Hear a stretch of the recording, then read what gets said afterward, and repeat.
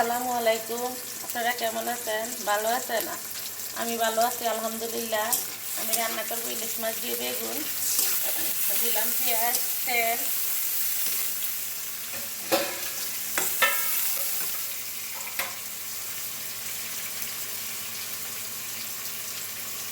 এই যে দিয়ে দিলাম লবণ।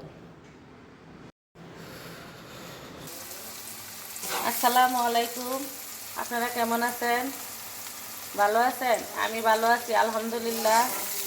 আমি প্রথমে দিলাম পেঁয়াজ, তেল, 1 চামচ লবণ। আমি ইলিশ মাছ দিয়ে বেগুন রান্না করব। দিলাম রসুন,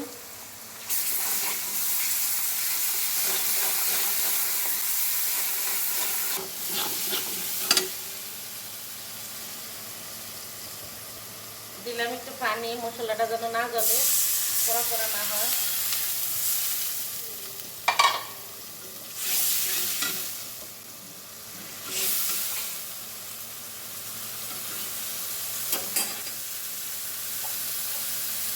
দিলাম হলুদের গুঁড়া,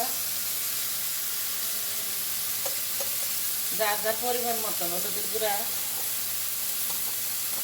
মরিচের গুঁড়া,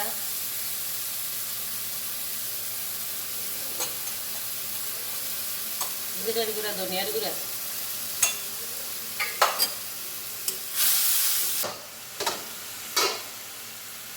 এখন দিব মাছ। মাছটা কষিয়ে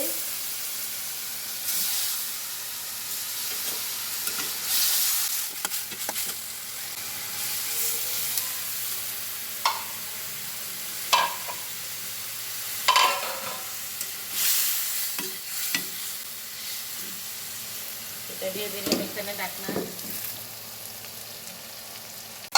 এই যে মাছটা উঠিয়ে নিলাম।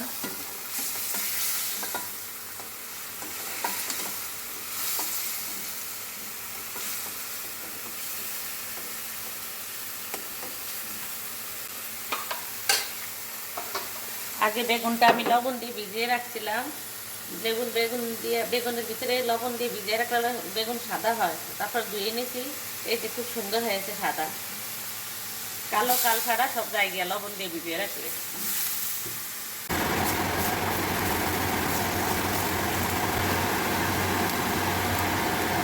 এখানে আবার ঢাকনা দিলাম। এই যে বেগুনটা আরো কষবো, ডিম আগুনে বেগুনটা আরো কষিয়ে নিই। তারপর মাছ দিব, ঝোল দিব, মাছ দিব। আমি নতুন, কোনো কিছু বলতেছি হলে ক্ষমা দৃষ্টিতে দেখবেন। শীতকালীনে বেগুন, ইলিশ মাছ মজা লাগে।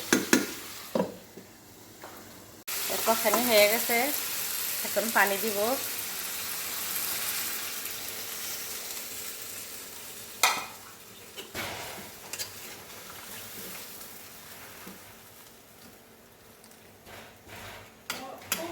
তরকারি কম লাগলে তরকারি ভাঙে না, বেগুন ভাঙে না, আস্তে আস্তে থাকে। দিয়ে দিলাম মাছ।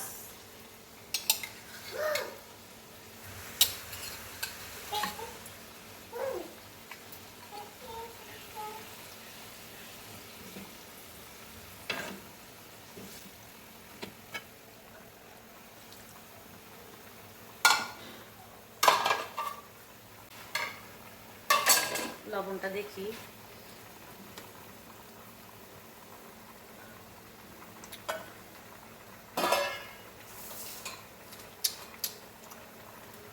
লবণ লাগবে, দিলাম লবণ স্বাদ মতো।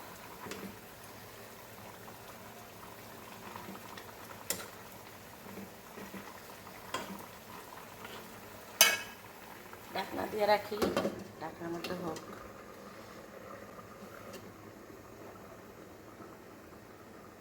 ইলিশ মাছের তরকারি, বেগুনের তরকারি হয়ে গেল। তরকারিটা রান্না হয়ে গেছে। ইলিশ মাছের বেগুনের তরকারি, মজাদার তরকারি।